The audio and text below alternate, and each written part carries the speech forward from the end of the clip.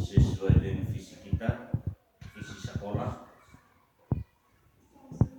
yaitu menuju lembaga pendidikan yang agamis, dinamis dan berkualitas serta membentuk generasi yang cerdas dalam berpikir dan teruji dalam berperilaku.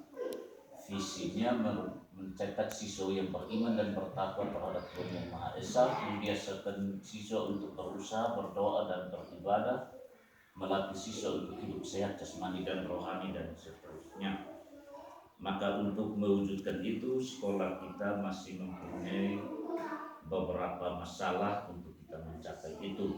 Masalah utama di sini yaitu kaitan dengan KBM. Untuk kita guru belum mampu menguasai atau belum mampu memahami kurikulum 2013 dengan baik. Lalu masalah yang kedua itu guru belum mampu menggunakan IT di dalam pembelajaran.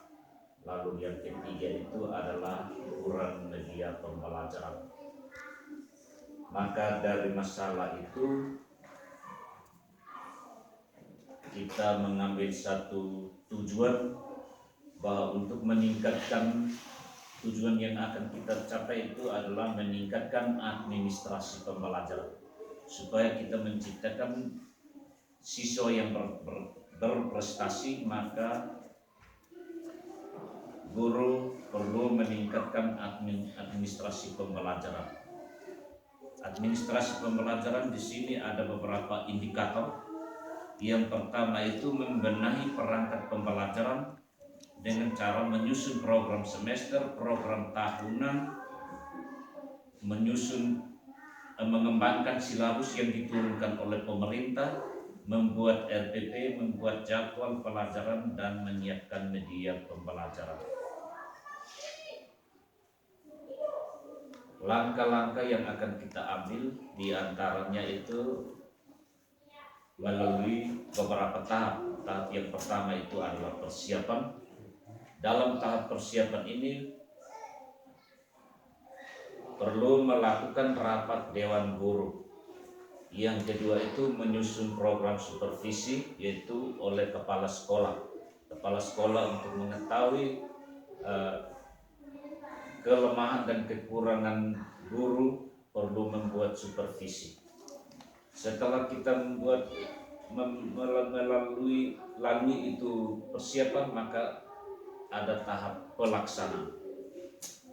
Dalam tahap pelaksanaan itu guru harus membuat administrasi. Setelah membuat administrasi pembelajaran, perlu guru melaksanakan pembelajaran. Setelah guru melakukan pembelajaran, perlu melaksanakan namanya evaluasi pembelajaran. Setelah kita lalui itu semua, maka kita datang pada tahap yang berikut, yaitu tahap monitoring dan evaluasi. Dalam tahap monitoring dan evaluasi ini, kepala sekolah dan guru yang berkompeten melakukan monitoring kegiatan pembelajaran di kelas. Jadi untuk melakukan monitoring ini tidak hanya kepala sekolah, tetapi juga teman-teman guru yang berkompeten, yang dianggap mampu, bisa membantu kepala sekolah melaksanakan yang namanya monitoring. Setelah melakukan monitoring, kepala sekolah melakukan namanya evaluasi kegiatan pembelajaran bersama-sama dengan semua dewan guru. Di dalam evaluasi ini kita akan melihat kembali semua yang terjadi di dalam kelas pada saat kita melakukan yang namanya pembelajaran. Dari situ hasil evaluasi itu akan disampaikan pada saat kita melakukan yang namanya refleksi. Refleksi itu kepala sekolah menyampaikan kekurangan dan kelebihan guru yang sebagaimana kita sudah melihatnya pada saat kita melakukan evaluasi, rapat evaluasi. Setelah menyampaikan kelemahan dan kekurangan atau kelebihan guru, maka perlu ada satu tahap yang namanya tahap tindak lanjut. Tahap tindak lanjut ini di mana yang bersangkutan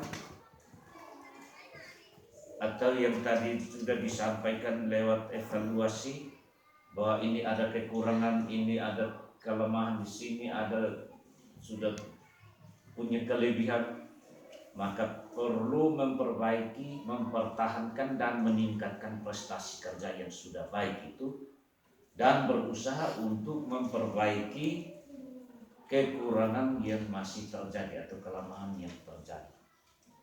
Dari situ sekolah mengharapkan bahwa dengan adanya RTS kita bisa memperbaiki kekurangan-kekurangan yang selama ini kita buat, yang selama ini mungkin tidak kita menggunakan media pembelajaran. Kalau bisa ke depan kita menggunakan media pembelajaran. Kita di sini karena jaringan listrik kita belum jangkau, artinya belum di sini masih kecil media alat penerangan, maka kita bisa menggunakan media pembelajaran yang kita buat sendiri, sehingga saat pembelajaran kita tunjukkan bahwa ini yang namanya, sehingga anak dengan sendirinya dia melihat dan kemudian bisa disuruh untuk dia berbuat sendiri. Berarti itu kaitan dengan keterampilan.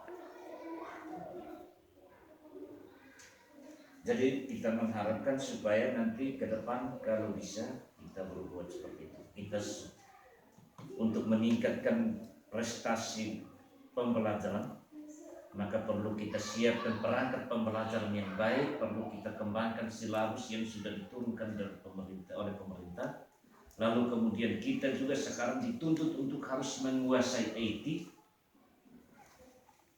sehingga lewat IT itu media pembelajaran kita bisa buat lewat media IT itu sendiri. Lewat laptop ada video-video yang kita bisa tayangkan kaitan dengan materi yang kita sampaikan, kita tayangkan dan anak nonton sendiri. Lalu kemudian lewat video yang kita tayangkan mempengaruhi prestasi belajar anak itu.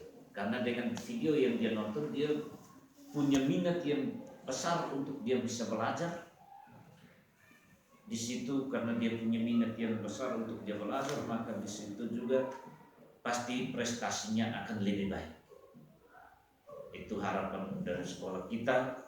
Mudah-mudahan ke depan kita bisa berbuat seperti itu untuk meningkatkan prestasi kerja kita sebagai guru dan juga meningkatkan prestasi generasi yang akan datang. Terima kasih. Selamat siang untuk kita semua. Selamat siang.